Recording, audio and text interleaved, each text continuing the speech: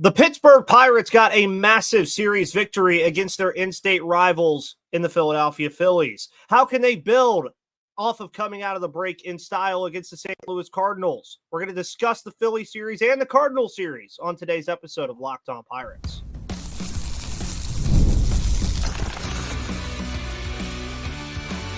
You are Locked On Pirates, your daily Pittsburgh Pirates podcast, part of the Locked On Podcast Network. Your team every day.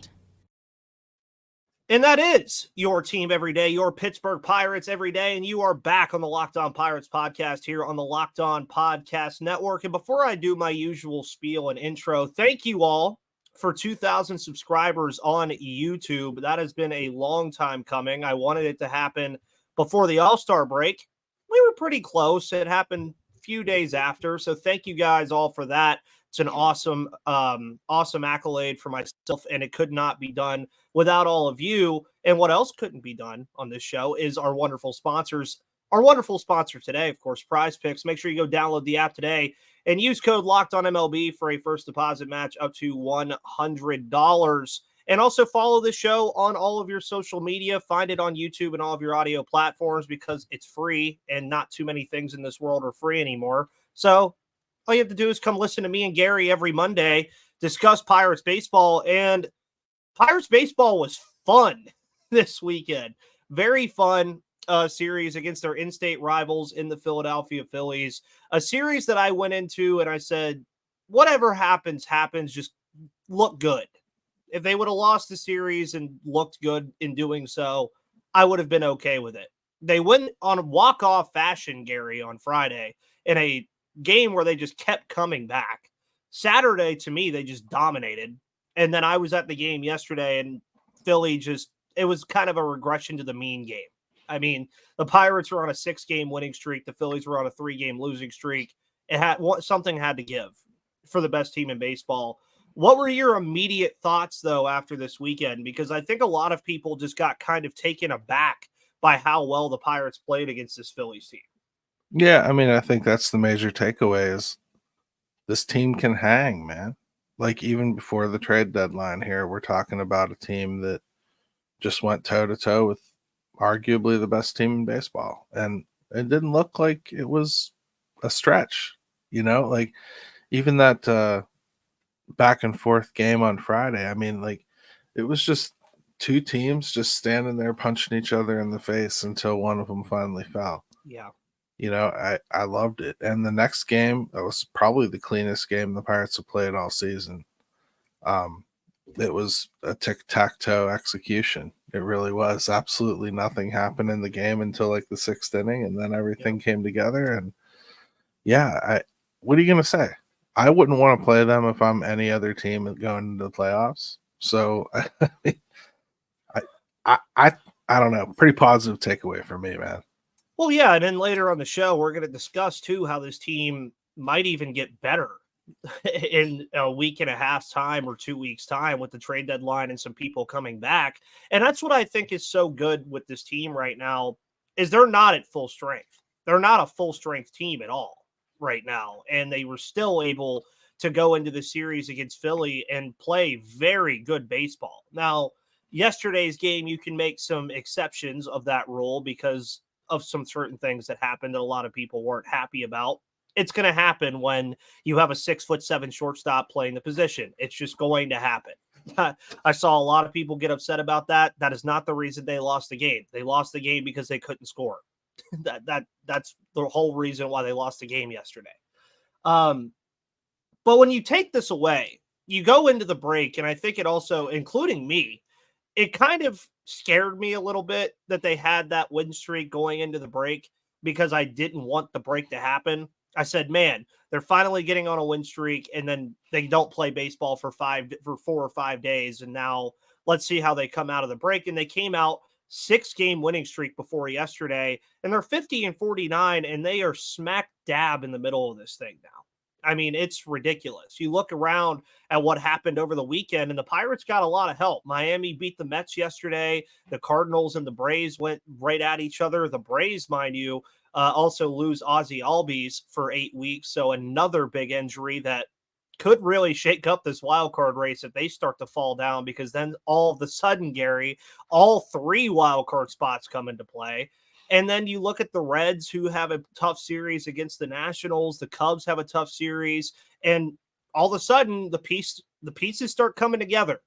And I think with what the Pirates have, especially pitching wise, you mentioned it earlier, and I thought it was great that you said it, they can play with anybody. So I know a lot of people are looking at this upcoming schedule and kind of wincing a little bit at how tough it is, but they can pitch with anybody. All it really takes is for the offense to follow suit, and they can beat anybody in baseball. They can. I mean, I like the idea that you can go into any series and have a shot.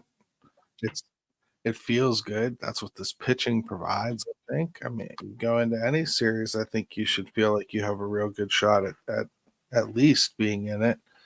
I can't think of the last time that we went into one where I thought, oh, they should lose this one. Ethan, you and I used to do that silly thing where we were trying to predict the series and everything. Well, I'm glad we didn't do it this year, because every single time I would have told you 2 out of 3, 2 out of 3, 2 out of 3, because I think that should be their goal every series. And I don't think there's one that you enter that shouldn't be that way. I have one question for you, though. Can I turn the tables on you? Sure. There was all that complaint about Paul Skenes and Mitch Keller not going against the Phillies, right? Well, let's say they did. And now you don't have them after winning 2 of 3 from Philly, and you're heading into this St. Louis series. How do you feel? I definitely feel a lot less confident going into this series. I mean, truthfully, I think that this was the best case scenario that could have happened to the Pirates, is to take a series against the best team in baseball without using your 2 best pitchers. And we'll get into more of this later. But also on top of that, you gave them more rest. I mean, you gave each of them 3 days of extra rest. Paul Skenes 4. And that's pretty good to have when you can go throw Luis Ortiz, who, mind you, folks, has been everything that we wanted him to be last season this year. It just got pushed back a year. This is the Luis Ortiz that we wanted to see after the strong 2022 that he had. And he is just, I find it hard. How do you take him out of the rotation at this point? I really do. And then Gonzalez had a short outing yesterday, but he pitched fine. The ball was dying. I don't know what was going on in PNC yesterday, but every fly ball was just dying. Like everything. Everybody in the crowd was like, how did that Harper ball not go out? How did that Schwarber ball not go out? It's like, there's a lot of them that the Pirates had too that were just not going anywhere. Different conversation for another day. But when you can pitch Perez, Ortiz, and Gonzalez and come out of that and win 2 out of 3, especially when you can hopefully get back Jared Jones at some point and Bailey Falter at some point, that's a commodity that a lot of teams don't have, Gary. That's something a lot of teams strive for. And Quinn Priester is even still looking good, even though he's only getting used here and there. They still claim to want to use him as a starter, and I believe them. But I think if you're going to continue to use Martin Perez, I think you're going to continue to see Quinn Priester kind of used as a backing role there and hopefully that doesn't lead to him always pitching garbage innings, because I don't think you get a true evaluation of Quinn Priester unless he's got the pressure of trying to win on his back. Yeah. So, but I think they've got 7 or 8 pitchers that could probably contribute to this thing. And down the stretch, Ethan, I think that's what we're going to see, man. We're going to see a 5-man rotation, a 6-man rotation, bullpen games. We're going to see a hot mess of pitching used. And I think for the most part, Derek Shelton is hard pressed to find a lever that's bad to pull. Yeah. And that's a point I was just going to make, is the term hot mess is kind of funny there, because you have all these options, but even with a Martin Perez, I know a lot of people have kind of given him some negative comments as of late about what we've seen from Perez. But even when he pitches, do you feel that the Pirates are out of the game? I mean, if he's your 8th best starter on your roster, that's pretty good in my eyes. And I think that a lot of people, especially, and I don't want to speak for people, but it is something that I hear. The Pirates have not had a pitching staff like this in God knows how long. And I think that that's where a lot of people, when they see Paul Skenes and Keller and Ortiz and all these guys pitch well, and then you see Perez go 5 innings and allow 4 runs, they're almost taken aback that can even happen. But I don't think they had this rotation in my lifetime. I really don't. I don't think they had this kind of pitching in my lifetime. Even in the mid 2010s when they were good. Yeah. I don't know that I felt like it was like this. I felt like their bullpen had 3 or 4 really good options. I felt like they had 3, maybe 4 starters that I really felt good about.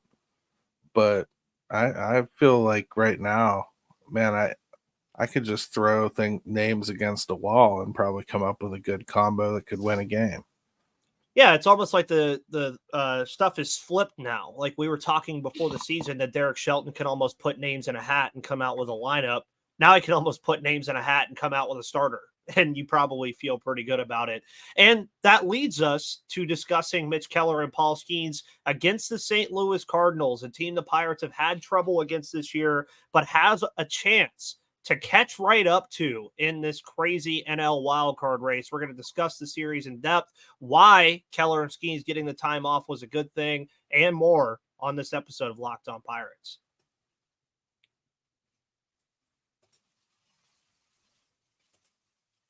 Today's episode of Locked On Pirates is brought to you by Prize Picks. Download the Prize Picks app today and use code LOCKEDONMLB for a first deposit match up to $100 because you can now win up to 100 times your money on Prize Picks with as little as 4 correct picks. You could turn $10 into $1,000. With Prize Picks, you could turn $10 into $1,000 while watching Team USA rack up the gold medals this summer. You can make a Prize Picks lineup of players across basketball, soccer, tennis, golf, and more in as little as 60 seconds. Just pick more or less on 2 to 6 player stat projections, and you're locked in.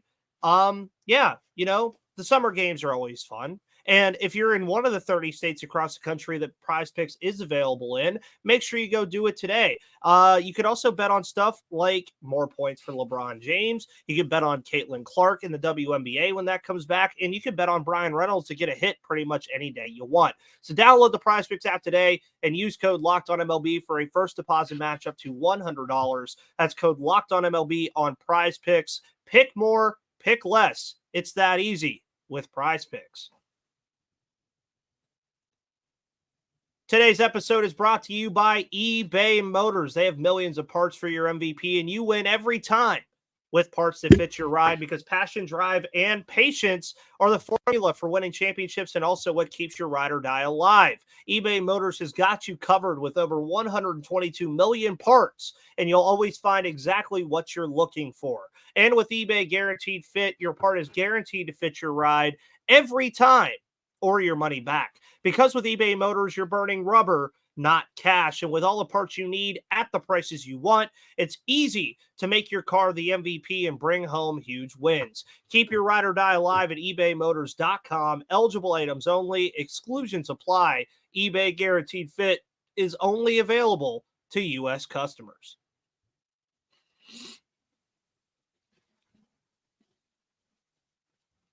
And folks, don't forget that after making Locked On Pirates your first listen of the day, make sure you make on Locked On Sports Today your second listen of the day, giving you all of the news and analysis you need of everything going on in the world of sports on the Locked On Podcast Network. If you want to listen to Pirates games on the go, if you're a truck driver or if you're just on the go at a dinner to family, you want to listen to the Pirates game while you're going, just turn on the SiriusXM app and type in Pirates.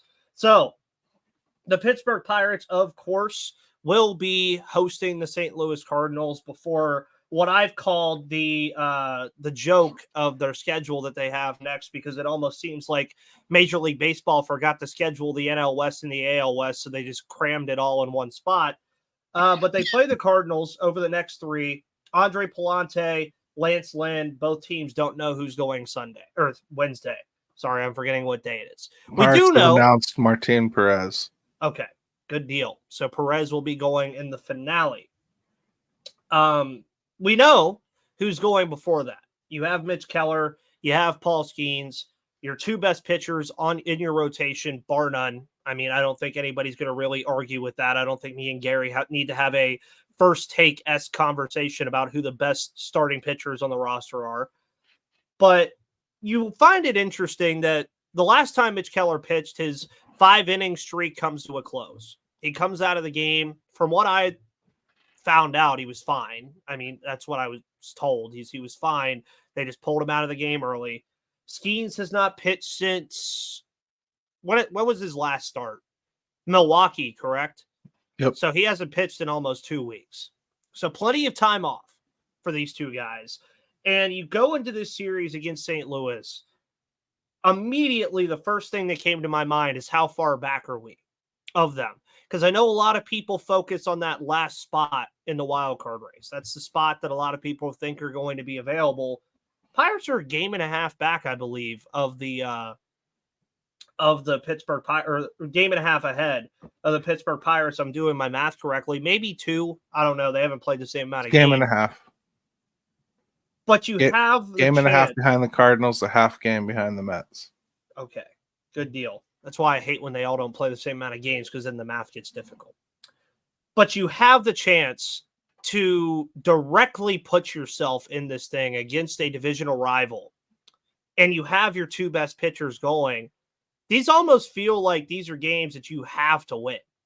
I mean, seriously, these seem like games that it's like you have those two going, win the first two, and then if Perez can get you a win on Wednesday, just a cherry on top again.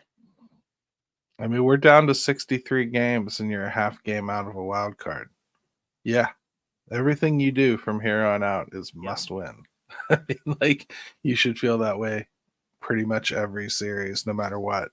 And just about everybody they're playing, for the first month here out of the All-Star break is a team that has a winning record, at least now. So, yeah, they're all must win, man. Like, that's competitive baseball. Welcome back, people. Welcome back. It's been a long time since we've been able to have conversations about adding at the deadline and being in a fight and games that matter as Steeler camp is about to open. I mean, like, it's a new thing, and with that comes a bunch of people coming back on the scene to cover the Pirates that haven't talked about them since the last time they were relevant, and most of them don't think a damn thing's changed. Yeah. And I saw your tweet about that yesterday, and that's where I find it interesting for myself even, and I wanted to say this to everybody that's listening, is I've done this show since 2020. So this is really the first season now where at this point, I'm not talking about prospects, or I'm not talking about who's going out the door or what's going to happen next season already. Like, we're in this thing, folks. It's hard to imagine that with the way the season was kind of just in, I would almost say, neutral for the last 2 months. But even more considerate about this Cardinal series, I know a lot of people, including me, are looking directly at St. Louis. The Pirates also have a chance to create a pretty considerable gap between the teams behind them now. Because when you go look at the wild card standings after this weekend, a weekend that helped the Pirates a lot, they're 2.5 up on San Francisco, 3 games up on Chicago, 3.5 up on Cincinnati, and 3.5 up on Washington now. So if you can find a way to win this series against St. Louis, which I think you absolutely have to do, you're not only helping yourself there, but you're also, in a way, with the way that you mentioned all the teams that they're going to be playing soon. They play Arizona a ton, and Arizona's right there with them. They play San Diego a ton, and San Diego's right there with them. You give yourself a little bit of leeway. And if you can do that in a playoff race where you can afford to lose a game here and there, now you don't want to, but if you can afford to lose a game, I think that's a pretty good thing to have.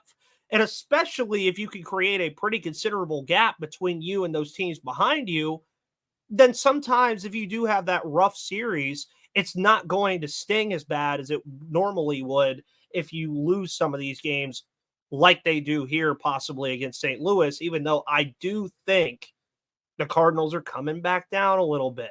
We've been thinking about that. I'm going to knock on wood on it. The Cardinals have been a surprising team. I did not expect them to be here at all. You can do that. I'm not going to do that. I'm not going to either. I thought St. Louis was arguably the worst team in the National League Central. I still won't roll that out. I think that's where they'll fall to. Their problem is they're the St. Louis Cardinals, and right now they're in playoff contention, and they will not, because they're the St. Louis Cardinals, allow themselves to go through this trade deadline and not do something. Yeah. So they have probably changed their fortunes a little bit. They're going to be in this and a pain in the butt probably till the end of the season. But teams like the Cubs, they've already decided they're going to start selling. The Reds, they've already decided they're probably going to sell. Well, yeah, after you get swept by the Nationals. So I saw that. But we talk about 4 games out, and that's not that big of a deal, right? Well, it's starting to be a big deal because now we're 8 days away from the trade deadline. You know, those numbers get bigger as the other number gets smaller. So, you know, for the Pirates, they're in a great position right now.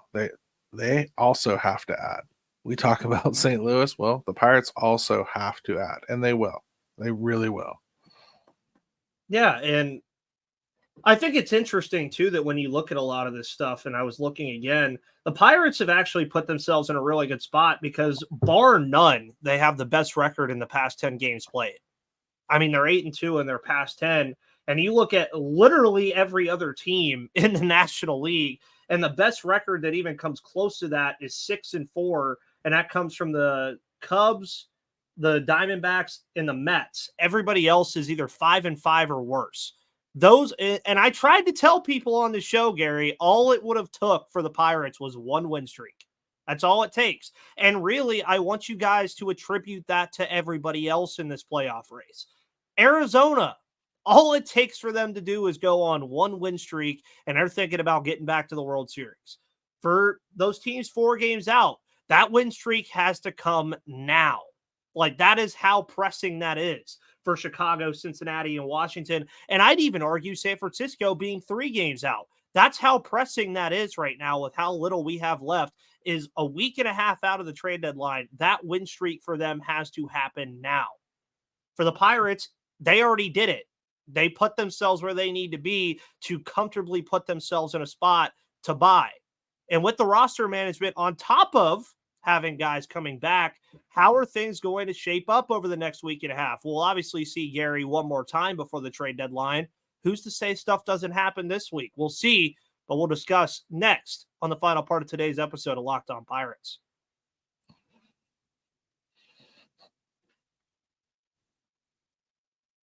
Well, if you want to go bet on sports this summer, make sure you use FanDuel, America's #1 sports book, because I love sports. I love them so much that I never want them to stop. But as the playoffs wind down and these playoffs heat up, we get fewer games. We actually just had the quietest week of the sports calendar last week, and the sports just aren't sporting like I want them to. But FanDuel lets me keep the sports going whenever I want. All I have to do is open the app and dream up bets anytime I'm in the mood.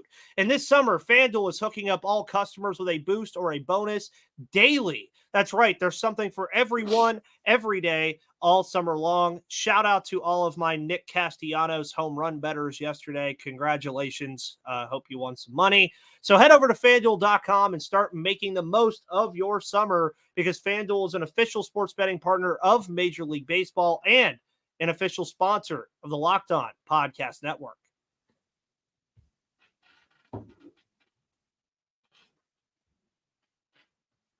Alrighty, folks, and we're back for this final part of today's episode of Locked On Pirates, where you were talking about being back in competitive baseball.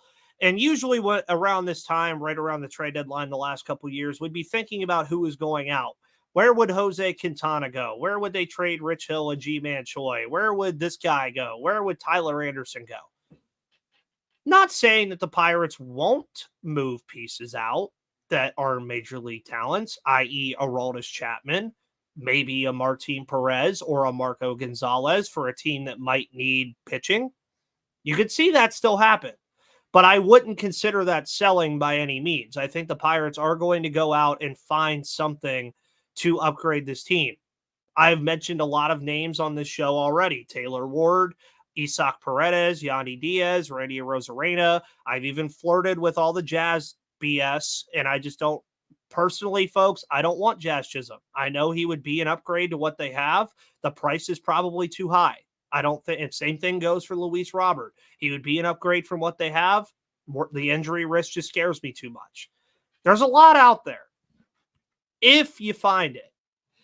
I know that I had Connor Williams on the show on Friday. You on Monday also came up with a pretty interesting creativity thought as well. I think they're going to have to get a little creative here to figure out how to upgrade this team, because there are things available. It's just, how do you get them without paying a king's ransom for some of this stuff? Right. And I think we had a long talk on the Pirates fan forum this week about the trade scene. You know, we spent almost a half an hour talking about it. I'm certainly not going to be able to replicate it here, but we talked about how some of the sellers maybe aren't 100% sellers for different reasons, and some of the buyers probably aren't 100% buyers for at least what the hot commodities are out there on the marketplace right now. Yeah. There's some other weird things that have happened, like the Mets, you know, that grimace infused hot streak. Well, it probably screwed some teams out of a crack at getting Pete Alonso as a rental, you know, or seeing if the Mets might be interested in trading Nemo or something. Mm-hmm. You know, that sort of stuff's probably off the table for that owner. You know, he can't sell that to his fan base. So they're probably going to hold on to pieces that they would have moved off. There's a lot of things like that going on. The National League is starting to clear up, though. You're right. Everyone from San Francisco on down is probably going to sell at this point. Yeah. So, unfortunately for us, two of those teams are in our division, and we're not going to want to trade with them. No. No. It just kind of limits, you know, what's actually available out there.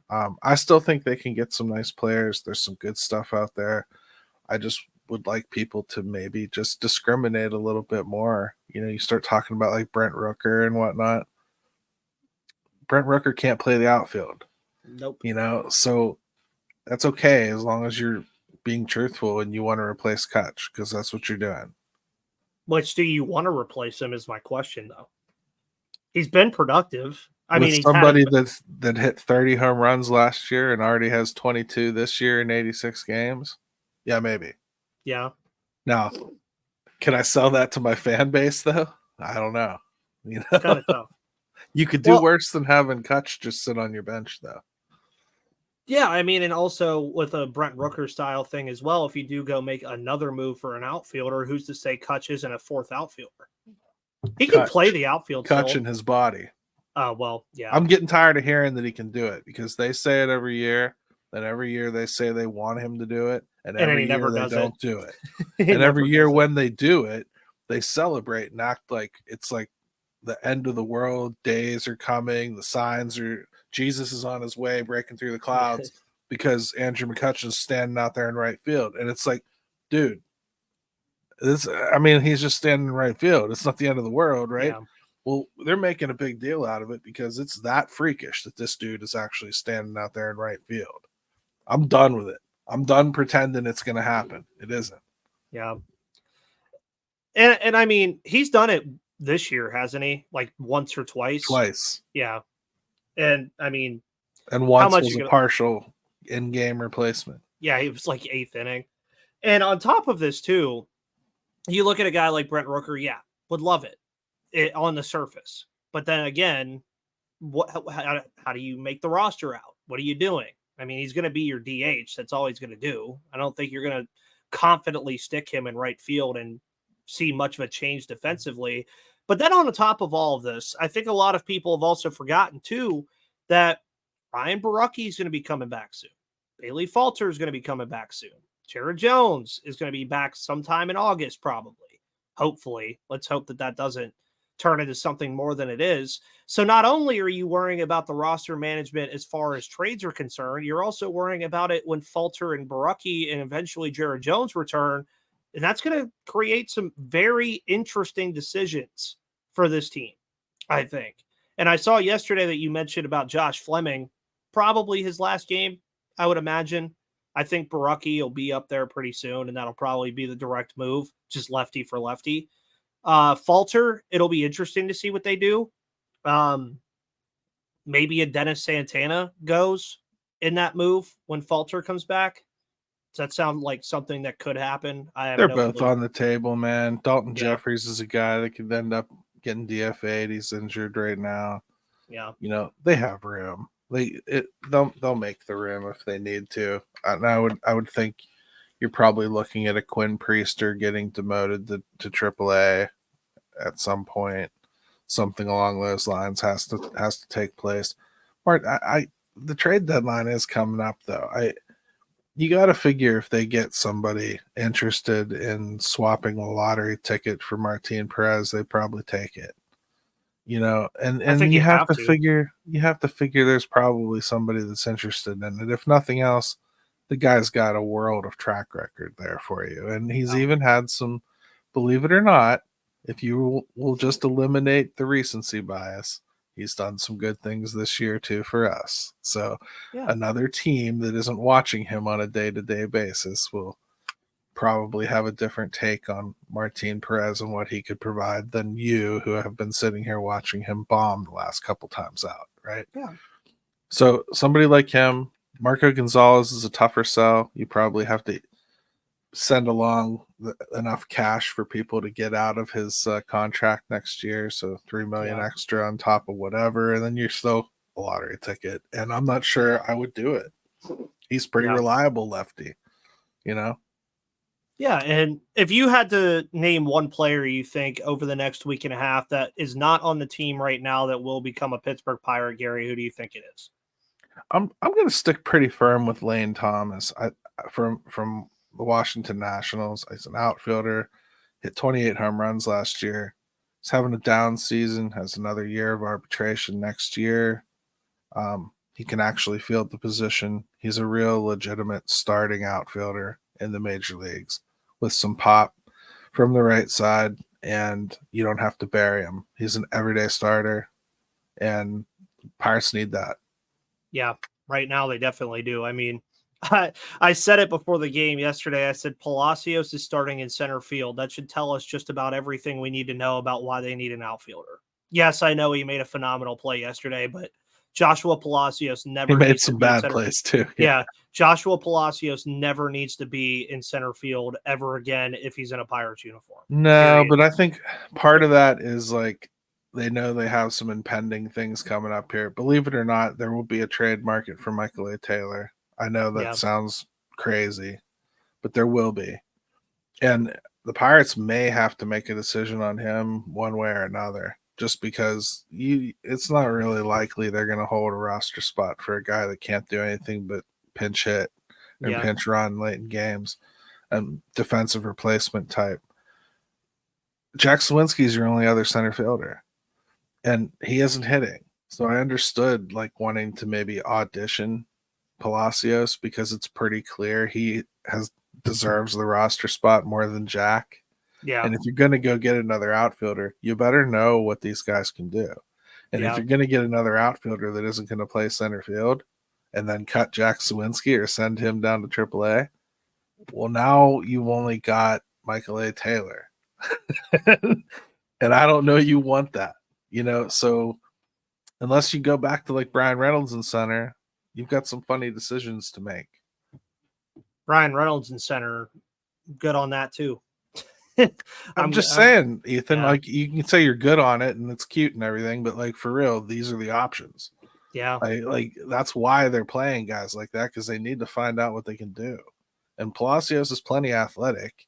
So if they feel it's just, you know, getting in center field for a little bit and understanding the angles and playing it a little bit more, and that's all it takes to get him there, okay, I understand it. That said, don't lose me games on the process. So it's a tough dance that they're going to walk here for a while. Yeah, and I mean, again, a week and a half out, we still have. It feels like not a lot of time, but I feel like these next 9 or 10 days before the deadline are going to go by really slow. You're going to start seeing stuff come out of like reports about who the Pirates might be interested in, who might be sellers, who might be buyers. It's going to be an interesting time, and we're going to be covering all of it here on the Locked On Pirates podcast, here on the Locked On Podcast Network. Find me on Twitter at MVP_Ethan or at Locked On Pirates. Find my writing work at Steel City Pirates with Gary over there. We do a great job. He'll have his 5 thoughts at 5 today. Pirates Fan Forum on Thursday. Anything else that you need people to know that's going on? No, just that there's lots of stuff at Steel City Pirates every day. Always something new from somebody. I think we have 8 writers now, Ethan, including you. So yeah, I believe so. There's always something new there. Go check it out without us having to tell you about it for once. Right? add 10 seconds to my show, though. I kind of appreciate that sometimes. But I love it, guys. Thank you so much for tuning in. Have a wonderful rest of your Monday. We'll be back tomorrow for Skenes Day. But until then, see you on the flip side.